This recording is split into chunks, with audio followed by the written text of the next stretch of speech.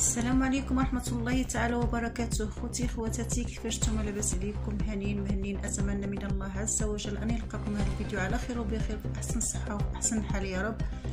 اليوم انتشر الخبر ديال وفاة خديجة أسد محبوبة الجماهير على مواقع ديال التواصل، وكل شيء كانوا كيقولوا بلا ماتت ولا حول ولا قوة الا بالله. بزاف اللي كانوا كيقولوا ماتت. الله يطول في عمرها يا ربي، والله يخلي لها صحتها والله يشافيها ويعافيها. لكن الحقيقه هي مسكينه مريضه بمرض السرطان وكتعاني منه، وكتطلب من الناس باش يدعيو لها بالشفاء. اللهم شافيها يا ربي شفاء لا يغادر سقما. وكنتمنى اللي كيشاهد هذا الفيديو كامل يدعى معها بالشفاء. الله يشافيها ويشافي جميع المرضى المسلمين يا رب العالمين. اللهم شافي جميع الناس وحد علينا الباس يا الله، وارفع علينا هذا الوباء. الى فيديو قادم ان شاء الله.